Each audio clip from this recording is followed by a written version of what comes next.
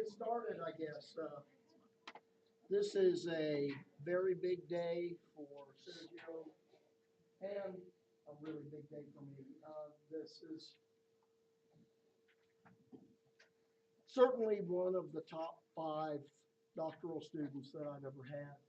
And I've graduated 17 now, and another one's in the room. Yeah. And he forced me to put him on the committee.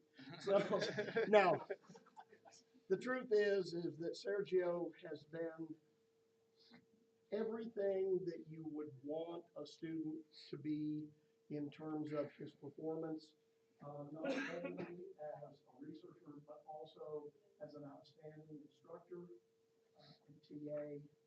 He came to us from Columbia.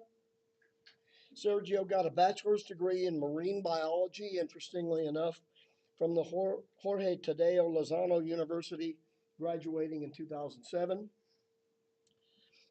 He co-founded an NGO called ProCat in Colombia and actually worked there for 7 years. But while he was doing that, he was also doing publishable research. Besides his dissertation and earning the PhD, he also has a graduate certificate in geographic information science and technology from Geosciences. So he's going to be able to really continue on with the level of research that we have come to expect from him. He's published 1 book, 3 book chapters, and 23 peer-reviewed papers, including 9 since he's been at Texas Tech, and we have 3 more that have been submitted, and at least 2 of them have been accepted. And so we're just waiting for them to complete the publication process. He got a scholarship from Columbia for his doctoral work, and this past year at Texas Tech, he earned the Horn Professor Graduate Distinguished Research Award. I only have had 1 other student that got that, and that was Miriam Venegas, and we all know about Miriam. He's mentored 13 undergraduates in terms of their undergraduate thesis when he was working with Miriam and with the rest of our research group down in Panama and in some of the work that you're going to be hearing about today. And perhaps most interesting, he is the regional vice chair for Latin America and the Caribbean, IUCN, the International Union for the Conservation of Nature, and species survival group for crocodilians. And so he is essentially a major player for IUCN and the Crocodilian Specialist Group, and literally has been to several international meetings that they have paid for him to go to, simply to put forth his ideas on conservation and biology. I don't know what else I can say. It's been a pleasure having him in the lab. I certainly hope that we will continue to collaborate for many years, as long as I'm still walking. His dissertation committee, Dr. Nancy McIntyre, Dr. David Ray, Dr. Richard Stevens, and on the phone is Dr. Rich Strauss. I really don't know what else to say. I think what we'll do is turn it over. What he's going to do, I'm sorry. Carrie Griffiths-Kyle is the graduate representative today, and we really appreciate her presence. As I said, I'm going to turn it over to him. He's going to talk about a number of the chapters in his dissertation, which essentially have all been published. But what we're going to do is try to keep it to 35 minutes. So, that's right. Without further ado, Sergio. Thank you, Lou.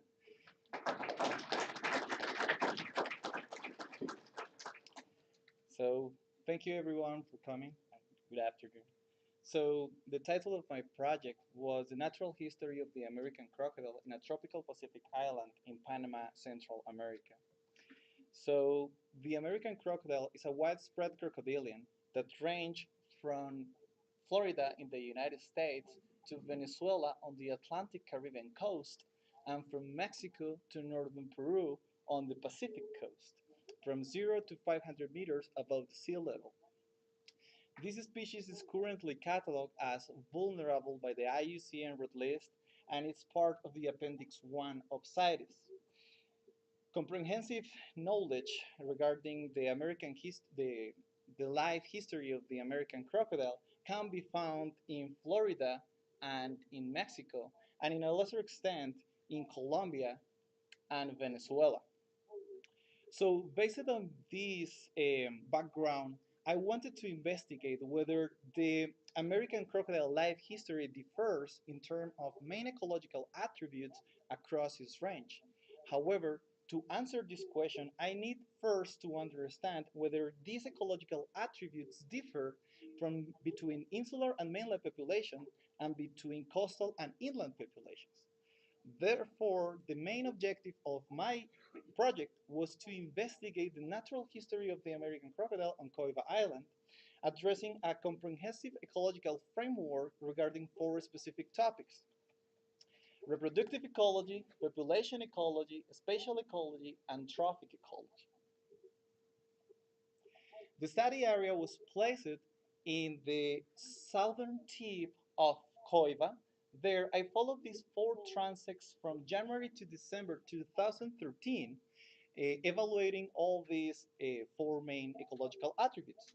I also collect information and use information in the case of chapter 5, spatial ecology, data that was collected between 2010 and 2011. So Coiba Island was a prison for almost a century, highly impacting all the coastal habitats. However, since 2004, a natural recovery has been seen on this area. The study area encompassed four main types of habitats: mangroves, beaches, riparian forest, and rainforest.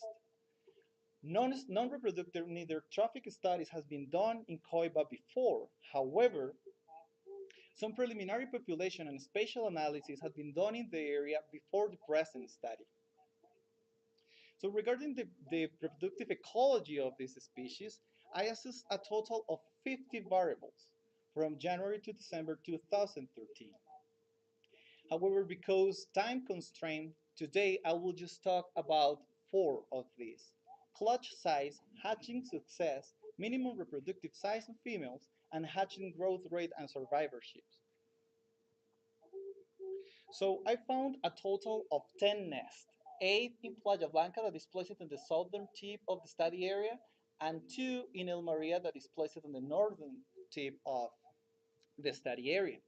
The clutch size was on average 25 eggs, and the hatching success was around 89%. However, 68% of these eggs hatched by themselves or with mother's help, and around 20% of these eggs hatched with human help. So comparing this with other places, the mean clutch size in Coiba Island was in line with what has been reported in other insular places such as Banco Chinchorro Island in Mexico, Fuerte Island in Colombia, Tenerife Atoll in Belize, and Haiti. In contrast, the mean clutch size that I found in Coiba Island was significantly different with what has been reported in other mainland places such Florida, Panama, and Colombia. The total length of mothers was 219 centimeters, and analyzing the minimum reproductive size, I found that the values that I got in Coiba Island were highly related with what has been reported in other insular areas. However, in this case was not that clear that difference between mainland population and insular populations. Nevertheless, Coiba Island and these other two small islands were highly related regarding the minimum reproductive size. So hatchlings hatched in April with on average total length around 25 centimeters, reaching 50 centimeters by December. The hatching growth didn't follow a linear tendency. However, the Gomper's nonlinear model was the one that best described the hatchling growth on this period.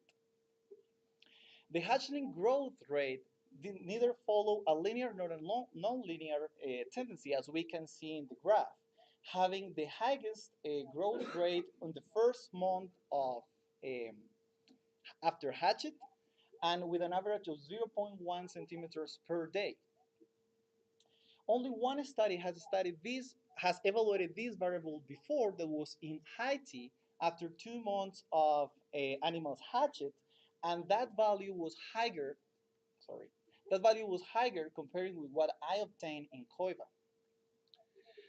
I also estimate the hatchling survivorship using the Popin formulation to estimate the initial hatchling population, and the value that I got was 218 hatchlings in the area, in the study area.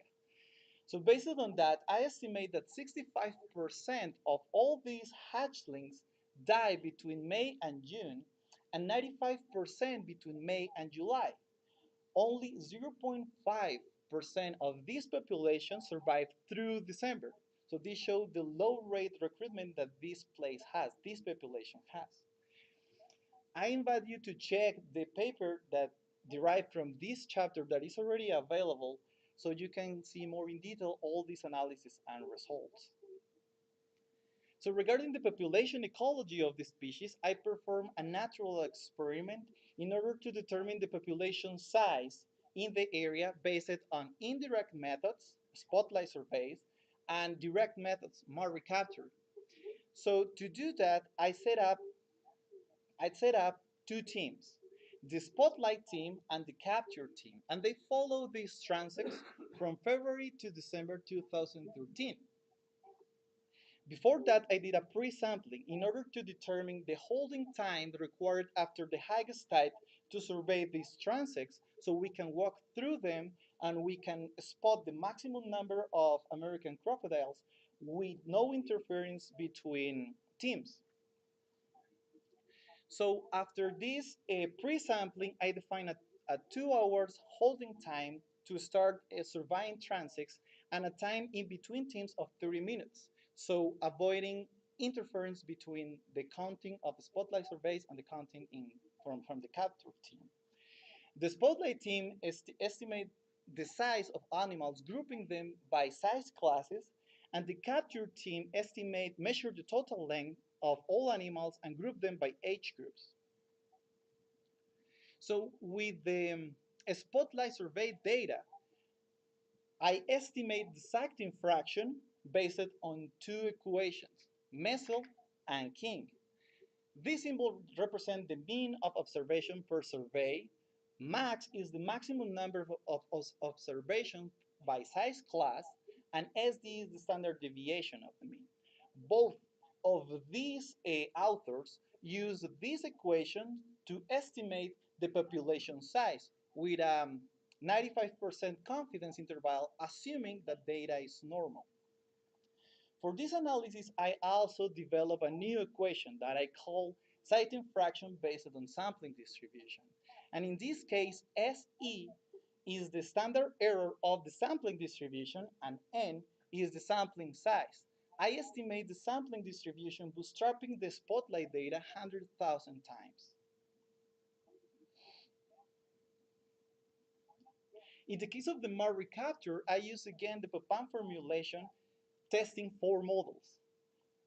Full time dependence, no time dependence, either no sex determined and hatchlings allowed to vary, and either males, not sex determined, juveniles, and hatchlings allowed to vary. So I collect, in the case of the spotlight survey data, I collect a lot of information, but for the purpose of this presentation, let's just pay attention to the population size that we estimate by Messel, that in this case was 19 individuals, King equation that was 25 individuals, and my equation that was 217 individuals. In the case of the mark recapture data, again, I estimate a lot of variables, But let's just pay attention to the initial population by sex and by age group. So by sex, I obtain a initial population of 145 individuals, and by age group, 232 individuals. So how can we know which of these methods better estimate this attribute? So, well, I estimate the minimum population size in the area between using all captures between 2009 and 2013. So I estimate that for 2013, we had a minimum population size of 112 non-hatchlings individuals. Now, if we compare this value with the values that we got from those estimations, Mesov and King, we can see that they highly underestimate the population size. In contrast, if we compare this minimum population size with my equation, we can see that first the value is over, which in this case is good, and also is highly related with what we obtain using the direct method, the mark recapture method, and supposedly that is the best way to estimate the population size. So looks promising the use of this new equation to make estimation of population size based on indirect data. Remember that this estimation and this estimation were from are coming from two completely separate sets of data. I invite you to check the paper that derived from this chapter that will be soon published, so you can see more in detail all the analysis and results. So based on all animals captured in this study, I also wanted to investigate whether the dorsal scutellation of American crocodiles is variable enough to allow individual identification. Some authors have pointed out already that American crocodiles have a really high irregular pattern on the dorsal area, but no one until now has tested or used it as an individual identification tool, let's say like a fingerprint. So in this case, I just took dorsal photographs of all individuals captured in the area and processed them counting the scutes transversally and horizontally. With this data, I developed a new method that I call it individual identification pattern recognition. So this method is based in two types of analysis. The binary analysis, in which all transversal scute lines are classified based on presence or absence. So as you can see here, 1 present, 0 absent. And the coded analysis, in which I classify all transversal scute lines, also including the position, if that was on the left side or on the right side, in order to determine the probability of presence. So with all this data, I estimate the likelihood of finding two individuals with the same scute pattern and the necessary numbers of transversal scute lines needed for it. I call that the minimum probability, the minimum number of individuals needed to repeat a pattern. So I processed a total of 110 individuals, and based on the binary analysis, I got 7 possible patterns on the postoccipital, nuchal, and dorsal area. As we can see here in this slide, line number 4, and number 5, and number 21 are highly variable, is bringing a lot of variation to the analysis, as well as the middle section of the dorsal area. Evaluating the representativeness of these patterns on the body, we could see that even though here we are analyzing the number of patterns, we see that the middle section of the dorsal area brings a lot of variation, has a lot of patterns on that area. And also line 4 and line 21 brings variation to the analysis because they are not always present. So they bring more variation to the analysis. I found Analyzing all the scutes, I found that they are all significantly different, and lines 3, 4, 5, and 21 are the ones that bring more variation to the analysis. So using the binary analysis, I could classify all the individuals using only the first 13 transversal scute lines, estimating a minimum probability of 2.02 times 10 at minus fifth.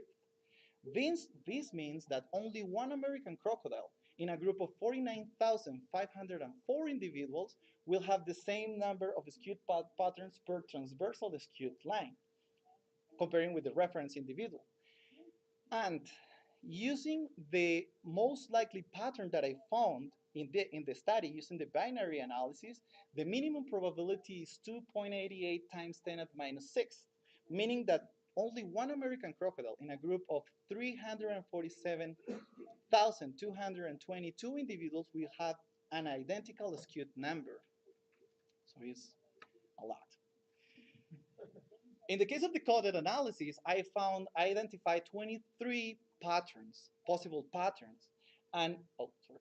And as we can see here, even though the number of patterns increase on all transversal skewed lines, we can see that the middle section of the dorsal area is the one that is bringing the highest variation to the analysis.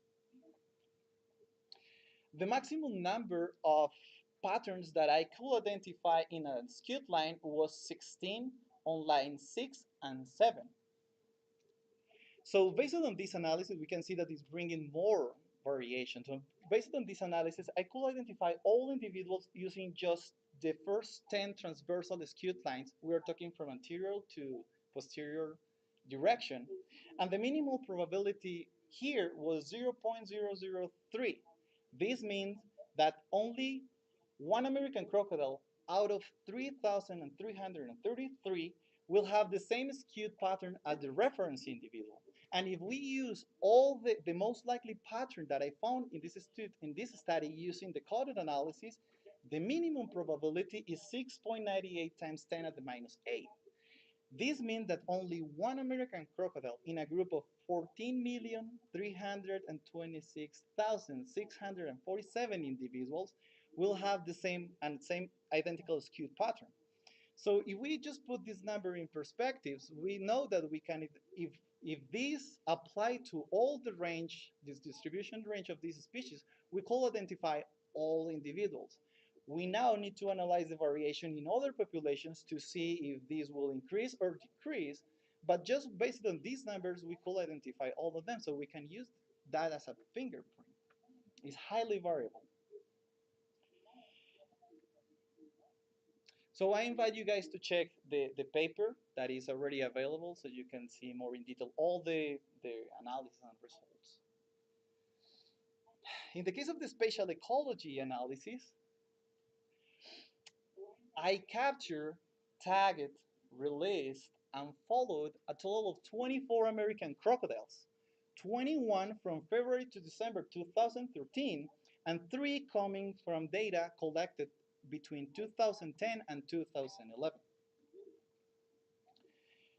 So in this case, I use a model to estimate the final position of each individual, and I base it on the geolocation of each station, the azimuth that I collect in field, and a standard distance. I also estimate the error of each fix in order to estimate the uncertainty of the whole data. And with all this data, I estimate the home range and utilization distribution of the species, the average movement distance, the conspecific proximity, and the site fidelity. So again, in this case, I collect a lot of information, but let's just pay attention to the AMD column. So a subadult had the maximum AMD, average movement distance, that was around 1.1 kilometers. But we can see that the maximum movement distance was done by an adult and was around 5.6 kilometers. And the minimum AMD was obtained in a group of subadults and was 35, 81, and 91 meters. So using this, I estimate the uncertainty value of all these geolocations, and we can see that was 38 plus minus 54, was really high. However, if we check the data, we can see that 60% of geolocation had an uncertainty lower than 26 meters, and 9%, less than 9% of the data had values over 100. So if we just take off these outliers, we will see that the uncertainty average of these fixes drops to 24 plus minus 23. So now put this in perspective. If we compare these numbers with the numbers that I just showed in the previous slide, we can see that in this case, the uncertainty value is higher than the minimum AMD, right? But if we take off all these outliers, that value drops below the minimum AMD.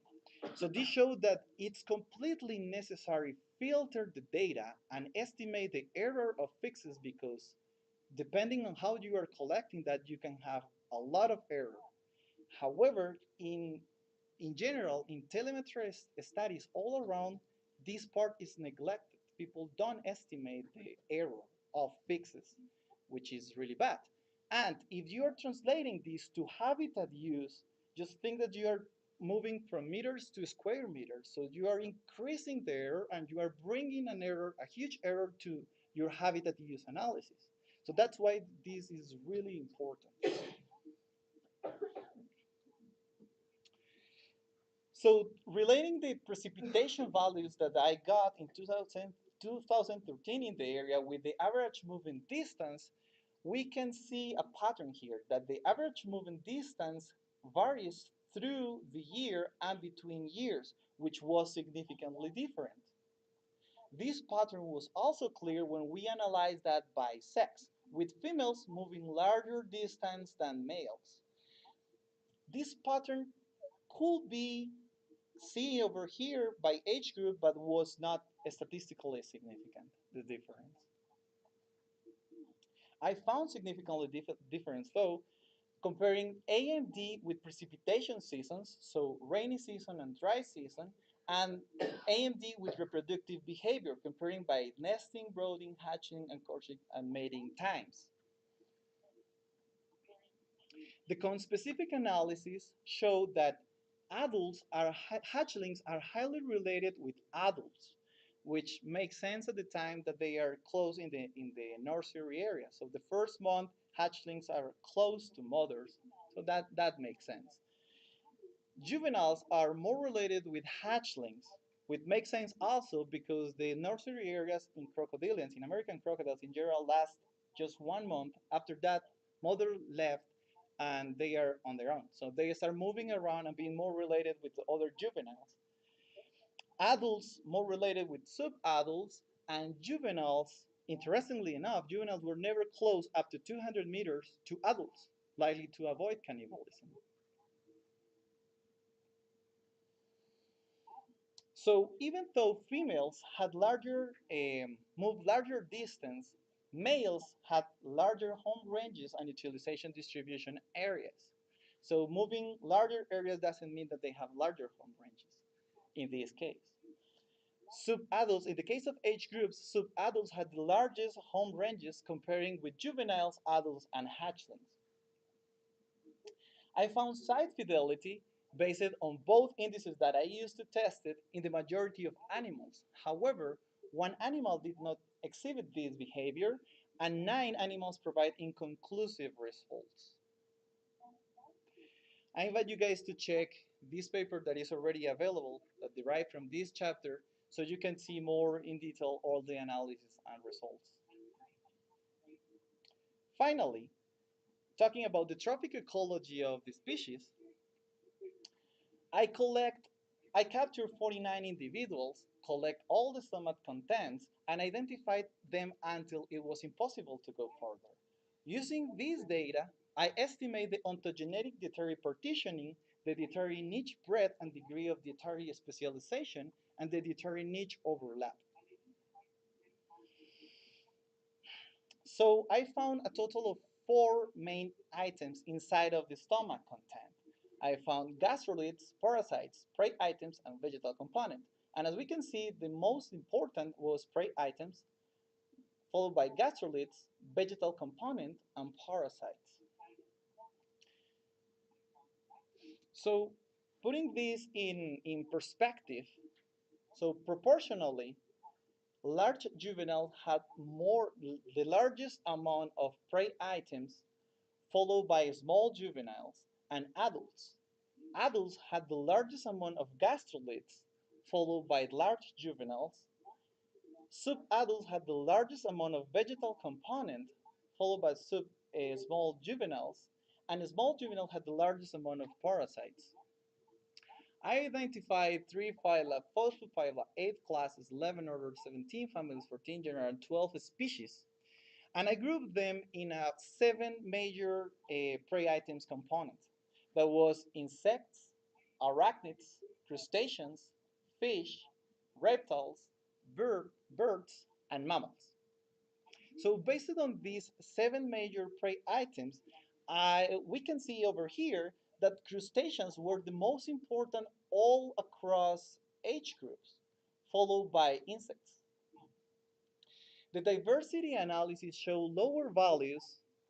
However, we can see here a pattern. Small juveniles and large juveniles are more generalist, and subadults and adults are more specialist.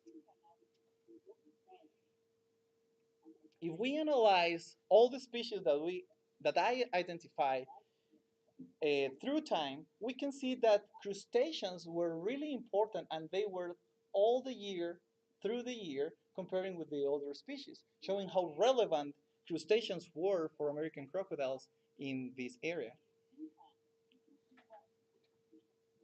The deterring niche overlap analysis show a clear ontogenetic partitioning, niche partitioning on the area, with large juveniles and small juveniles overlapping a lot, and subadults and adults comparing with a small juveniles having a less overlap.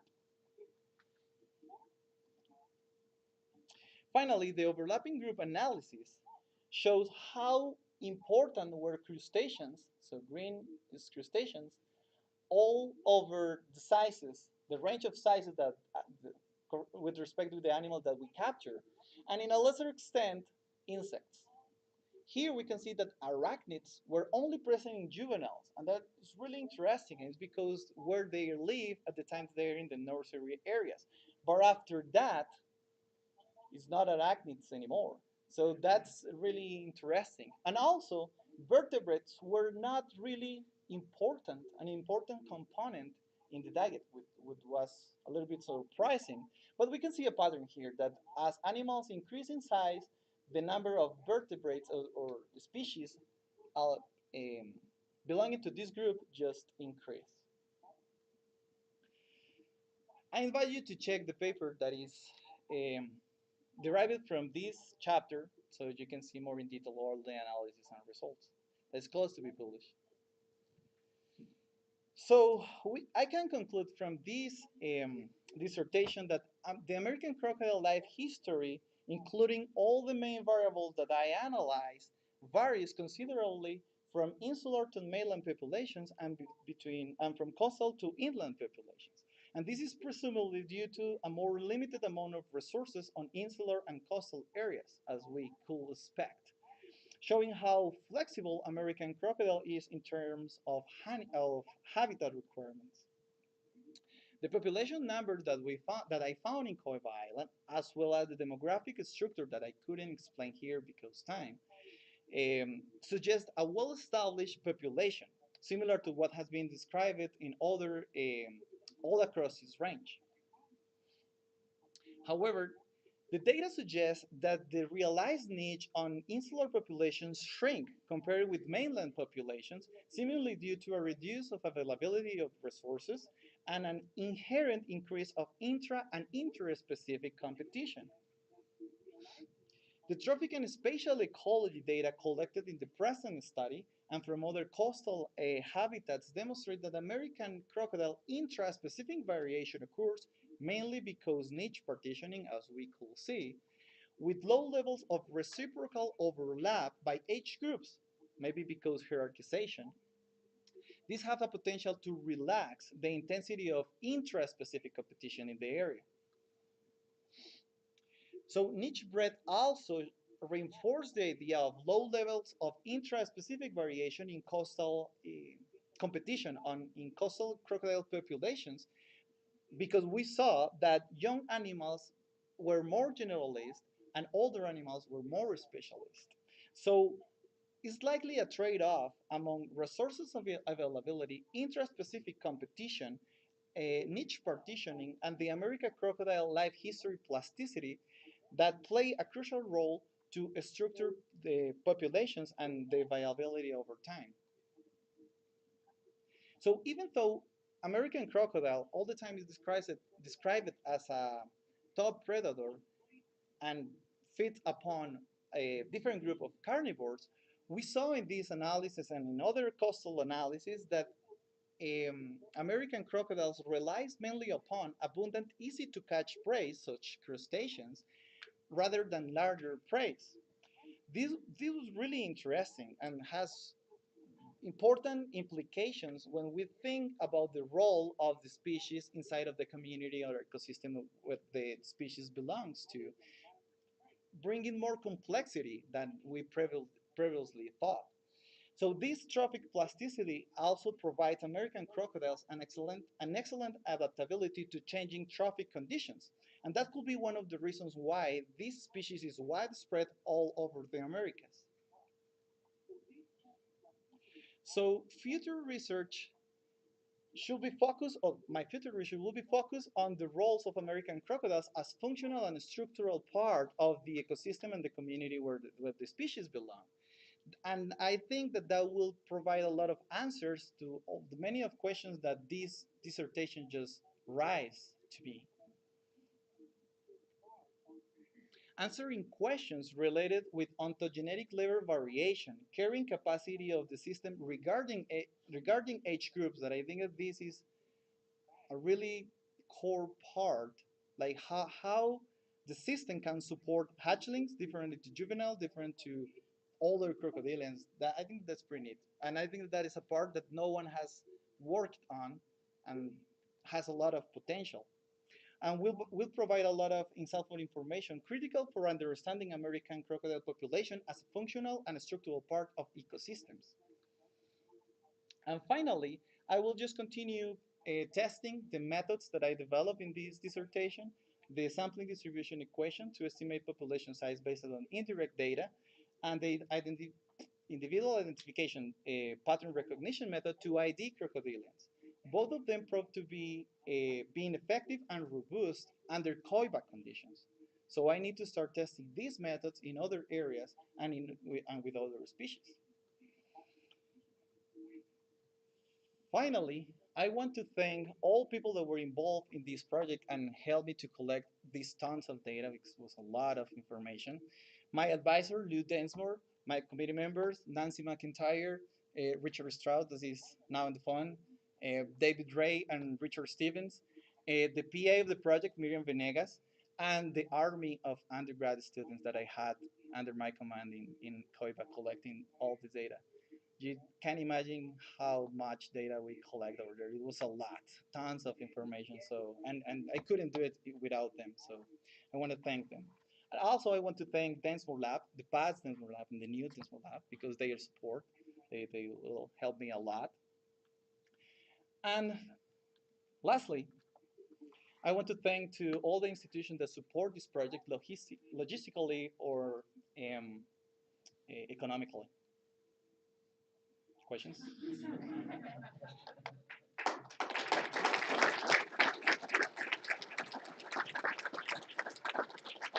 The Sergio will entertain